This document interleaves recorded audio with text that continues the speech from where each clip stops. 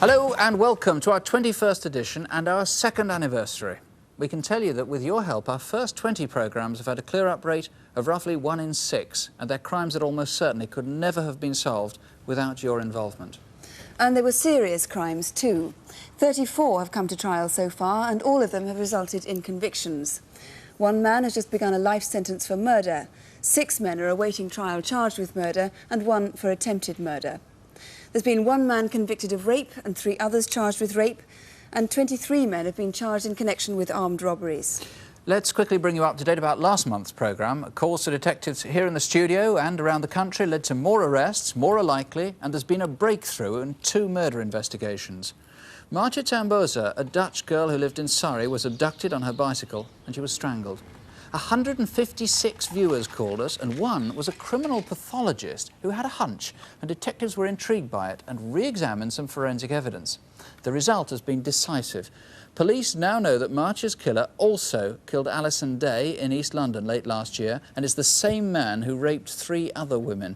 Detective Chief Superintendent Vincent McFadden says he's quietly confident the man will now be caught. Results in 3 out of 4 of our photocall cases, the best response we've had yet to photocall.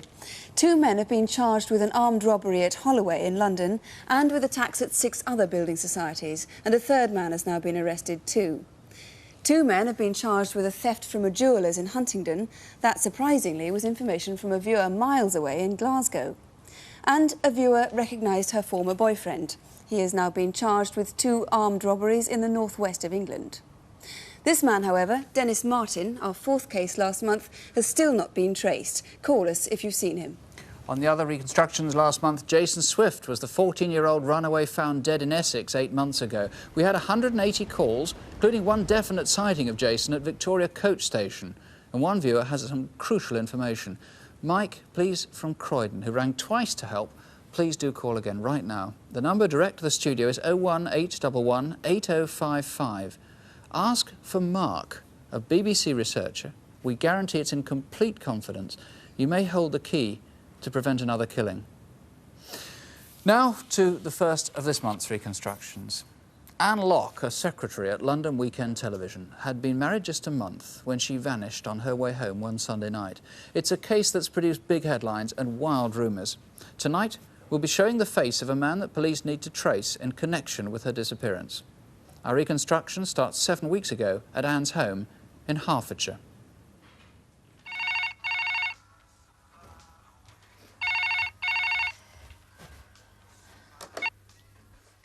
Hello? Yeah, yes it is. Oh, hello, Simon. Just after lunch on Sunday afternoon, May the 18th, Anne Locke's boss phoned from London Weekend Television. I'll be in about 4 o'clock. Anne occasionally worked Sundays, but the producer asked if she could work a little later than usual. No, I don't mind. Of course I don't mind. That's fine. All right then. See you later. Bye.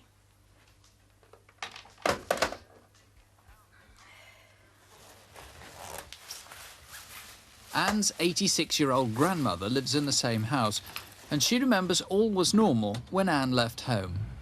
Bye, Nan. I won't be late. Anne's husband was in Dorset for the weekend, planning a diving trip for their sub-aqua club. He was away till late that night. This particular Sunday, we had just sold her car, and she would normally on a Sunday have driven all the way up to LWT where she could have parked her car. But on this particular occasion, because she had no car and the new one had not yet arrived, she cycled to Brookman's Park station. Brookman's Park is a prosperous Hertfordshire village just north of Potter's Bar. Anne was known around the village by her maiden name, Sunyuk. That Sunday, Anne was only just back from her honeymoon, and she had a noticeable suntan for mid-May.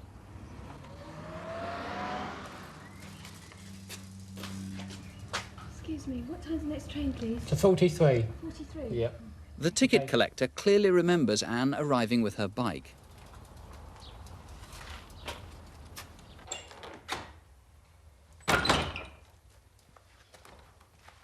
Almost certainly she would have parked it in the station bike sheds and locked it.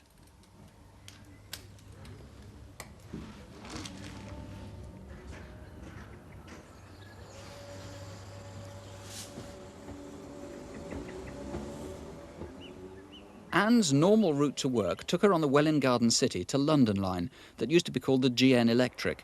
It stops at places like Potter's Bar and Finsbury Park.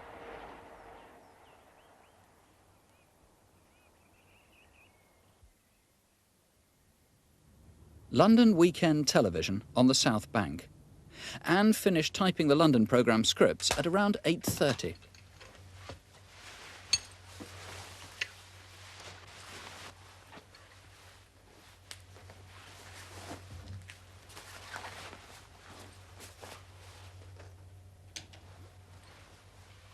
On her way out, she had to hand copies of the scripts to drivers who delivered them to the producers' homes. Hello. Hello. Good evening. You come to collect these? Yeah, I'm going south. Okay. That's yours there. Thank you. All right. Thank you. Driver, if no one is in, please put through letterbox. You must be joking. What do you think we're going to do, drink it back? Well, you might do. Some drivers would. I'll see you, thanks. Night-night. These were the last people known to have spoken to Anne. No one seems to have seen her since.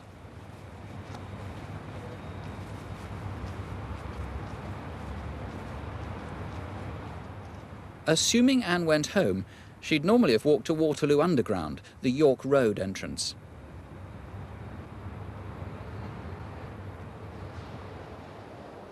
There she would have waited on the Bakerloo line platform and taken a northbound train. There are no sightings so far of Anne on this section of her journey, nor at Oxford Circus, where normally she changed onto the Victoria line. At Finsbury Park, Anne would have switched to British Rail, probably the 9:38 to Welwyn Garden City, which would take her to Brookman's Park. No one has come forward who saw Anne that Sunday evening. But if you were there, something might jog your memory. A fellow passenger was behaving rather oddly. It's 9:38 on Sunday, May the 18th.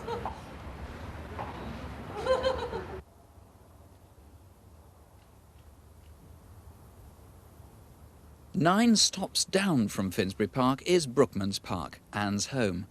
The bike shed is unlocked and the station is unmanned. This teenager has come forward and remembers seeing someone about half an hour before that London train arrived. Have you seen anybody with an air gun? No, why? Somebody been shooting at pedestrians with an air gun. No, I haven't. Been a friend's house, Top and Wofford's.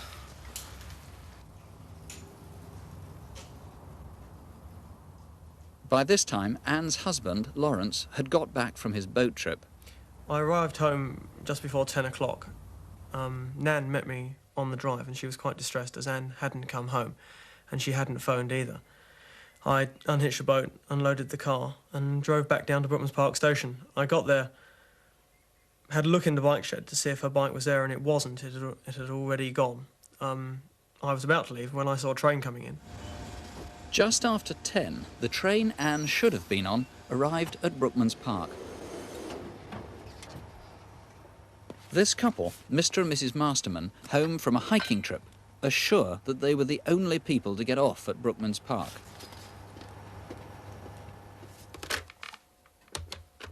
I phoned work to actually ascertain that she had left, and they said that she had and left quite some time earlier. I phoned a couple of friends to see if she was around there. I checked with the police to see if she had been involved in a road accident on her bike. I then reported her missing to the police at Hatfield. At dawn, 5 o'clock on Monday morning, police found Anne's bike 60 yards from the station shed. It was still padlocked. From here, Hertfordshire police have mounted a 7-week search of fields, woods and parkland near the Brookman's Park railway station. It's so far taken over 16,000 man-hours. It's turned up some slight evidence that Anne Locke might have got as far as Brookman's Park that Sunday night. Her diary and address book were found along the footpath that crosses Bluebridge Road.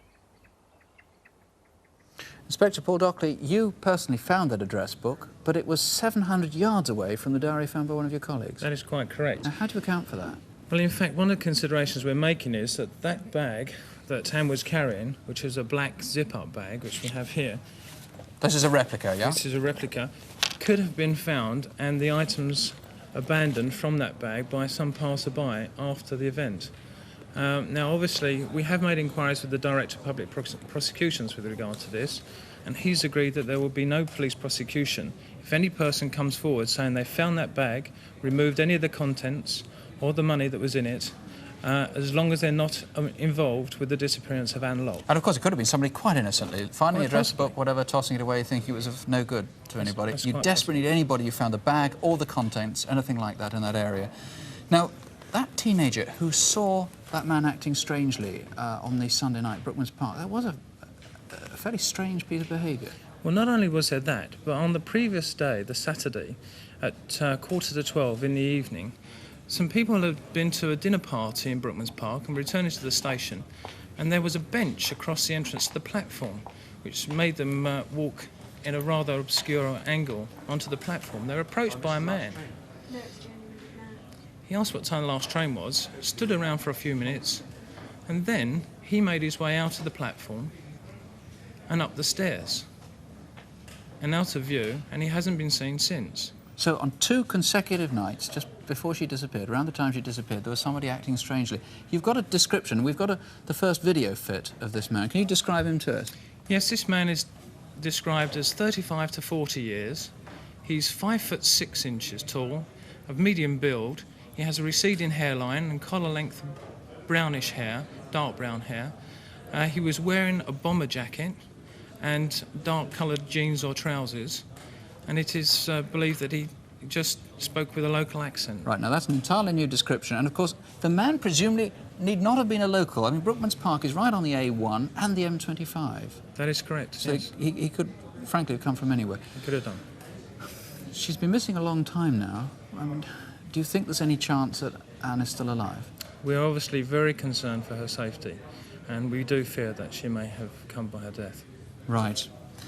OK, well, if you feel that you can help in any way, please do call us. Detectives are waiting for you. Call right now on 01811 8055. Or you can call the incident room at Welwyn Garden City. That's 0707 331 011. Welwyn Garden City, 331 011. Well, now for this month's Incident Desk, where we invite police to appeal to you directly. Here are Superintendent David Hatcher and Police Constable Helen Phelps. Last month, we showed you this composite picture of a rapist. He had a very unusual tattoo on his neck. The calls we received included 2 positive sightings of the man on Barry Island in Wales and at Stratford-on-Avon. Both sightings were at fairgrounds, and Essex Police believe the man could now be anywhere in the country. We must find him. Remember that tattoo and call us if you can help. Now to the northeast of England and the murder of Julie Perigo. Julie was a prostitute. In the middle of May, she was found stabbed to death in her home in Sunderland. Most of Julie's neighbours were unaware of what she did. She lived on the Downhill estate at number 55 Kidderminster Road. Her flat door faces away from the street, so clients could visit discreetly. Usually she found those clients through these contact magazines. She either placed ads herself or a friend passed clients on to her.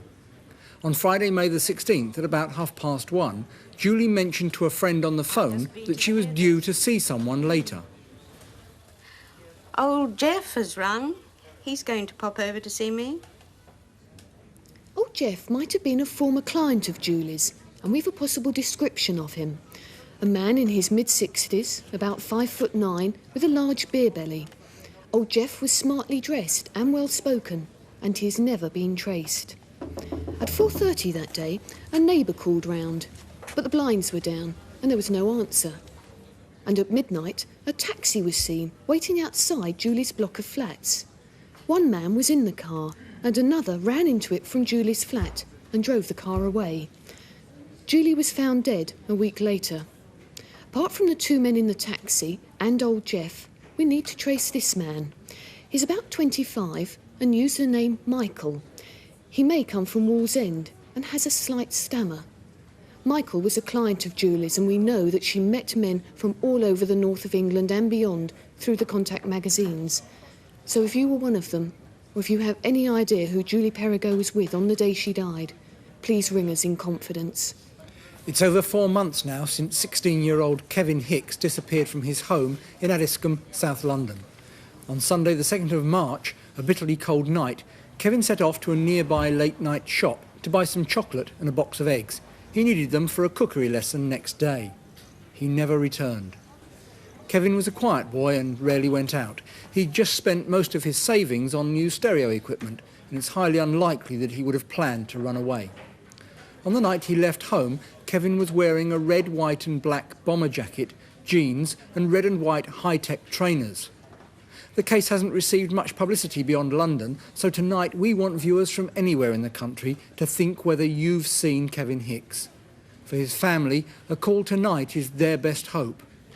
On Saturday the 3rd of May, the body of Sandra Court was found in a ditch near Bournemouth. She'd been strangled.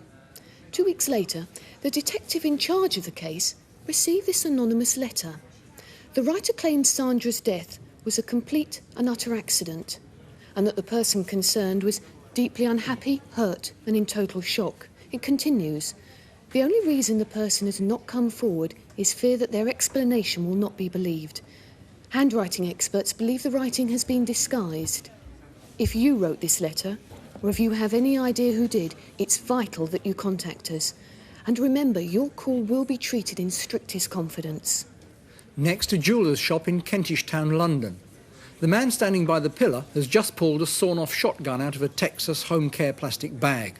He threatened the shop assistant and demanded cash and jewellery. The staff thought he was about 5'9". The close-up gives us a fairly good view of his features. But look closely at his manner. He's a snappy dresser, and someone must recognise him from this video. He left the shop after 3 minutes with £10,000 worth of gold and diamonds in the carrier bag. The alarm was raised immediately, and only 18 seconds later, 2 policemen arrived. Unfortunately, they were just too late, and he got away. Ring us now if you know him, and we'll catch him before he does it again. And finally, an armed robber with a passion for hats. This man has robbed 6 building societies in North and West London and got away with more than £15,000. He sometimes wears a flat cap, sometimes a trilby, and once a sort of white tennis cap, but always some light-coloured snakeskin shoes. On one occasion, he had a bandage on his left hand. If you recognise him, or if you can help with any of tonight's incident desk cases, give us a ring. Here's the number, 018118055, 018118055. And that jeweller in Kentish Town mended this very necklace, so do try and help. Well, now to our second reconstruction tonight. Just over 7 weeks ago, a 72-year-old woman was found dead in her home in Salford. At first, it seemed she'd died of natural causes, but then it became clear that she'd been asphyxiated. How or why is still a mystery. Georgina Davies was known as Jean to her friends and neighbours, and it's with their help that we've been able to build up a picture of her life and the events which led up to her death. Our reconstruction takes place in Higher Broughton in Salford. Jean lived in one of the newer houses in Mildred Street. Her husband died 14 years ago, and since she had no other family, she lived alone.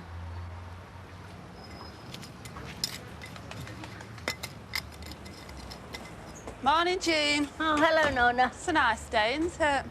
Yes, it is. If it keeps up, I'm thinking of taking the dogs over to Ainsdale Beach and giving them a bit of a run. Oh, good. Do you think they'll sleep tonight, then?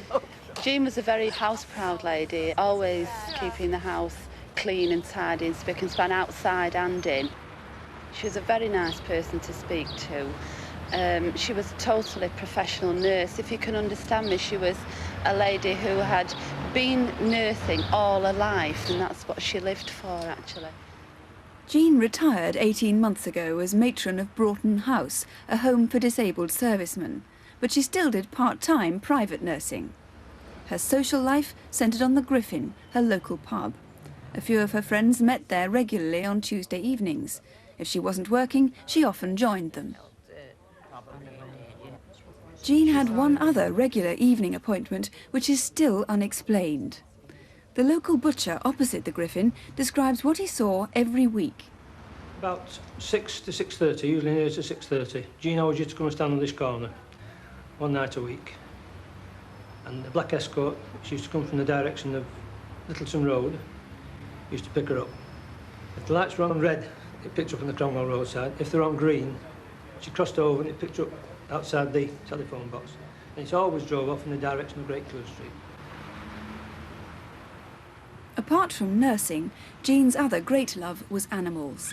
She had 2 dogs of her own which she adored, and she took them for walks once or twice every day.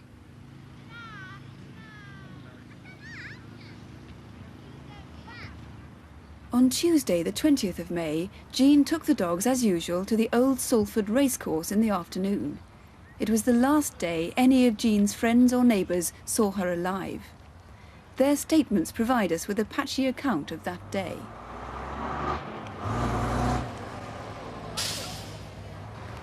I went to the post office that day, caught the number 13 bus back, and then I crossed over the road and saw Jean with her 2 dogs. Hiya, Jean. Oh, hello, dear. How are you? I'm fine, thanks. How are your parents getting on? Oh, they're all right. She seemed normal within herself, quite happy. One's exhausted.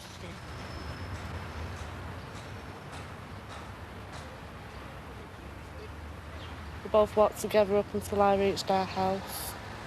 And I presume Jean then went to her house. I'll tell my mum who was asking about Do. Bye.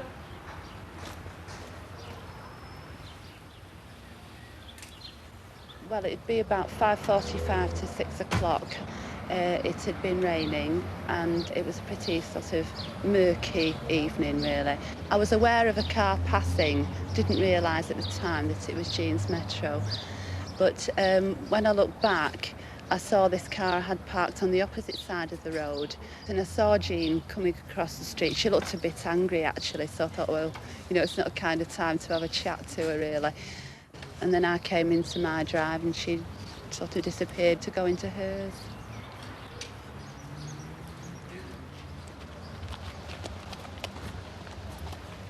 That particular Tuesday night, I'd been on the racecourse walking the dog.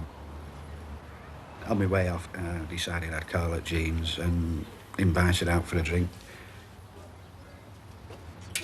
It was near enough 9 o'clock time, give or take a bit either way. And when I got into Mildred Street, I walked up to the house, knocked on the door, rang the bell and banged on the window. Generally made quite a noise, like, so she'd know it was me. And waited a few minutes and got no answer. So I just presumed that she was at work and went home and got changed and fed the dog. And I went across to the Griffin about 10 o'clock time. Evening all. You up? Usual. Although it was Tuesday, Jean didn't join the others that night. Then at midnight, a neighbour driving down Mildred Street noticed something slightly unusual. There was a light on in Jean's spare bedroom window. The next afternoon, when Jean was late for work, her employer rang her and then drove to her home.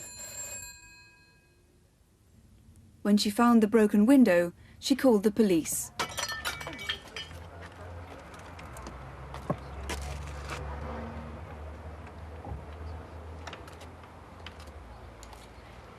Drop to Sergeant Nicholson. What's your full name, please? Yes, can you rendezvous with 7160 at 1 Charlie, Mildred Street, Salford 7, please? They have a suspicious death. Jean's body had been found upstairs in her bedroom. She died from some kind of pressure to her neck. Hello, Dennis. What's the position up here now? Well, it's pretty tidy up there, but the lads are working on it now. Yeah, thanks very much. There were no obvious signs of violence nor any struggle, but gradually more details emerged which suggest Georgina Davies was murdered. Well, Mr. Patterson, what makes you believe now that she was murdered? Well, although initially there were very few signs of disturbance in the house, we now know that certain property, including a set of house keys with a Yale and a Mortis key on them, are missing, together with a handbag like this, which Mrs. Davies owned, and a blue cagoule with a white stripe down the side. And she'd been seen wearing that very day, hadn't she? So that is suspicious. Yes, this is what she was wearing that day. I am particularly interested in finding this item of clothing. Also missing from the house is a pair of green Wellington boots similar to these. So if anybody's seen any of those items of clothing or some keys, police to let you know. Yes, that would be of extreme importance to me. Now, Jean wasn't a great socialiser, was she? She was quite a private person, didn't talk about her private life, which has given you quite a lot of problems. What do you most need to know about her life? Well, one thing has come to light. She is known to have met someone once a week who owns a black A-registered Ford Escort vehicle. This is the car the butcher saw? This is the car that pulled up at the traffic lights near the butcher's shop, yes. The butcher isn't sure exactly which night of the week it was? No, it could be either Tuesday, Thursday or Friday, our information at the moment. We have no idea who owns this vehicle at all, and it is important that we find that person. And you don't think it was a patient she was going to see? It's unlikely, because normally she was very well dressed when she went out on that particular evening. Right. Now, for a few weeks before she died, she hadn't been making those regular visits on Tuesdays to the Griffin pub, had she? Where do you think she might have been instead? Well, it's possible that the black escort could be connected with this, or we have also heard that she had other jobs that we haven't found out about yet. Anyone who has employed Mrs. Davies over recent months, I would very much like to talk to. Right, so you need any patients of Jean's in the recent weeks, the driver of that escort, black escort we saw, and anyone else in particular that you'd like to trace? Yes. Outside the house at 7 a.m. on the Wednesday morning were two men wearing blue boiler suits. These men had a van parked nearby, and they were seen to be looking at the house. We have never traced those men. And finally, what's vital is you need to know somebody who perhaps saw her between 4:15 and 6 o'clock on that Tuesday, the 20th of May. Yes, at 4:15 p.m. she came back from walking her dogs. She was then seen coming back in her car at 6 p.m. I do not know where she was in between, and I would like to find out. Perhaps somebody can solve the mystery. Thank you very much indeed. This is the number to ring, 01811 8055, 01811 8055. If you can't get through here, or you'd rather phone locally, police are waiting for your call at the Crescent Police Station in Salford. That's 061 855 5151, 061 855 5151. Now to our Aladdin's Cave, property that might be yours. In our first 2 years, Crimewatch viewers have reclaimed hundreds of treasured family heirlooms and over £250,000 worth. Here's John Bly. Thank you, Nick. Well, as it's our second anniversary, we have two collections tonight. The first is of clocks. Here's the earliest one, which is rather a good late Regency mahogany case bracket clock. I love this sort of swept pagoda top.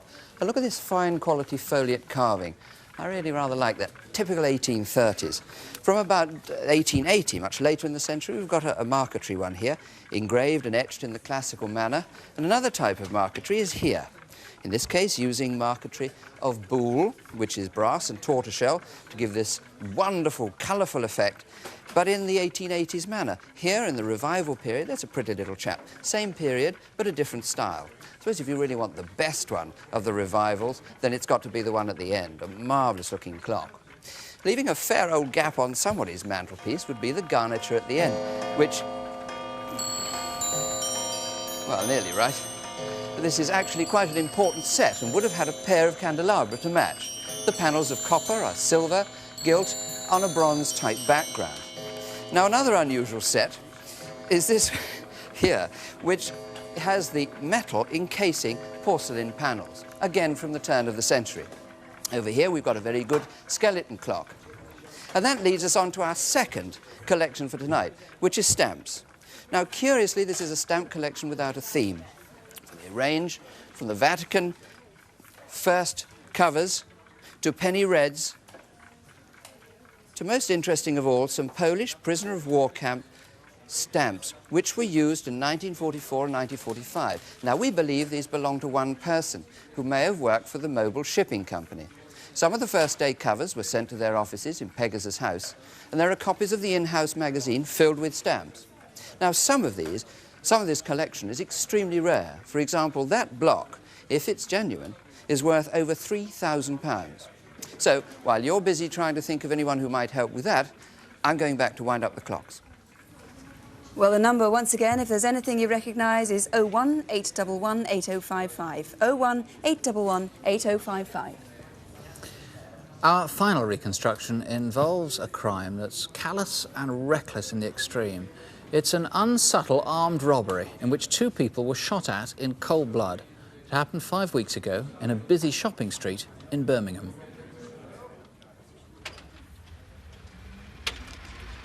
It's 6:30 a.m. on Monday, June the 2nd. The National Westminster in Moseley was expecting some computers to be delivered to the bank and had asked the police to clear a parking space.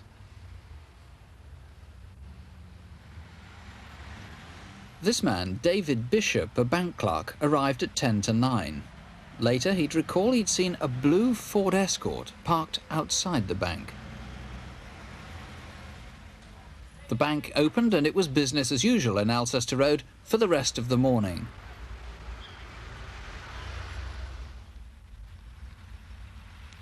Then, at 1:15, 4 miles away, a Security Express van left its depot in Handsworth. Their first job that afternoon was a routine pickup from the Moseley National Westminster. About the same time, a blue Ford Escort was again outside the bank, with no one in it, despite the parking cones. It's 20 minutes later, 25 to 2. It seems someone was now sitting in the blue Ford Escort.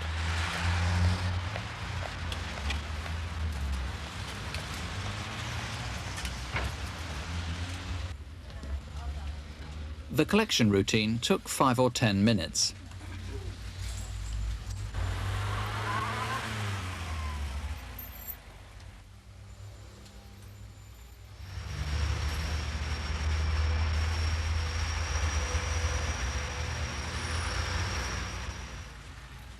The bag contained £13,000.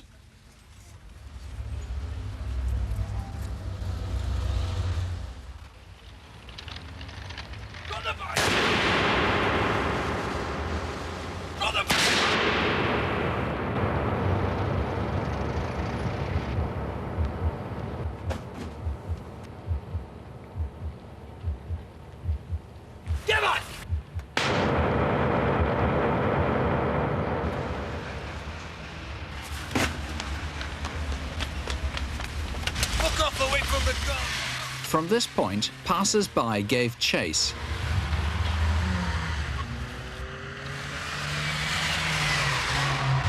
That's the car. Okay, we'll follow it. A local businessman had also seen the shooting. The robbers swerved into Oxford Road, almost colliding with another car.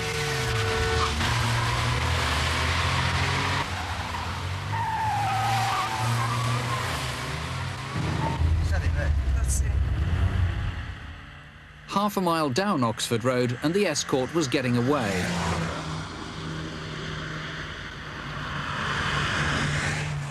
The robbers then turned into Grove Avenue.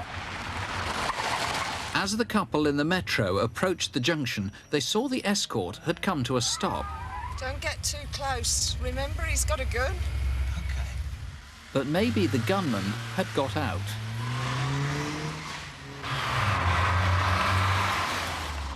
At this point, the BMW took over the pursuit, but the Escort was getting out of sight. In fact, at Cotton Lane, the Escort turned into an empty lock-up garage.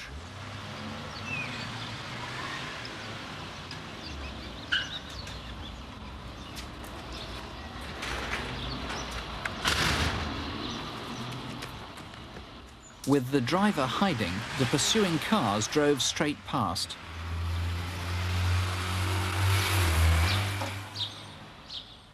A woman opposite was suspicious of the man's furtive behaviour.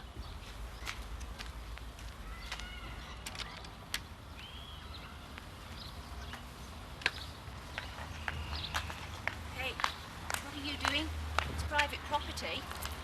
It's private property, this is. Hey! Stop that man! Can you stop that man? Stop him! No one helped, and the driver made off in the direction of School Road. Mick Williams, no one helped there, but by heavens, you've got some very courageous people in Birmingham chasing after them like that. What happened to the security guards? One of them had a miraculous escape. The bullet passed through the seam of his trousers, but the other man was seriously injured. The bullet entered his left leg, and unfortunately, he's still walking about on crutches. In fact, I heard 3 shots being fired there. Yes, the third shot, we think, hit a vehicle coming into town, in towards Birmingham, just by the driver's mirror, and again, the driver had a miraculous escape. I know it's not a very legalistic phrase, but I mean, frankly, this guy must be behaving like a nutter, isn't he? Yes, he is, really. Have we got any description of him? We must have from the people who were chasing him.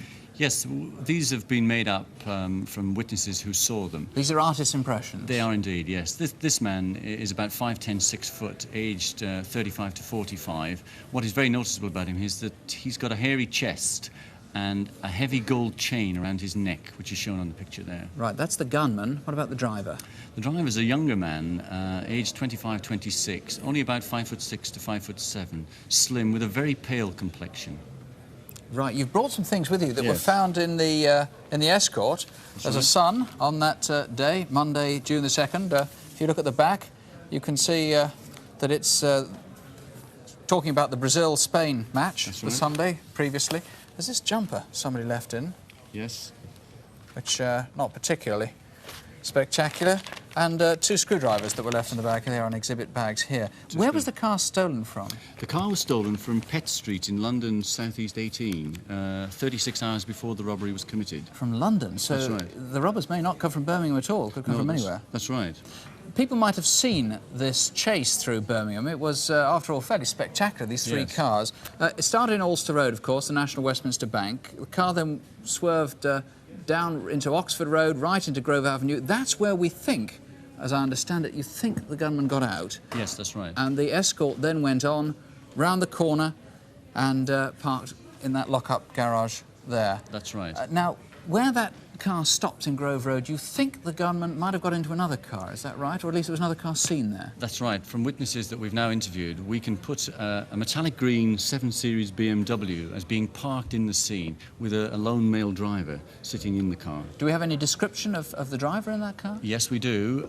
He's aged about 40, with a tan complexion, dark hair, a very pointed nose, nearly hooked, and he'd got a very noticeable gold bracelet or watch on his left wrist. Right. It's the sort of crime that, frankly, from experience of Crimewatch, other villains might call in to help. If it'll tempt you, there's a £1,300 reward, £1,300. If you can help, please do call us. 01811 8055 is the number here. Or you can call Woodbridge Road Police Station in Moseley on 021 449 0043. Let me give you the number again, 021 449 0043. Well, finally tonight, the story of the man they call the Cat. See if you can put a name to Britain's most successful burglar. He may well be a millionaire by now. He's burglar to the stars. He has so far broken into at least 80 homes in northwest Surrey, including those of Bruce Forsyth, Cliff Richard and members of the Kuwaiti royal family. Now, there's £50,000 in it for you if you can help. On the night of Tuesday the 10th of June, someone got into Bruce Forsyth's potting shed and made off with a ladder. Now, the ladder cost £73.60, but it was worth a fortune to the man who took it. He took it away across the grounds and then into the gardens of the house next door. Then he quietly put it up against a first-floor window. It was his standard technique. The people were at home, the TV was on and the burglar alarm was off.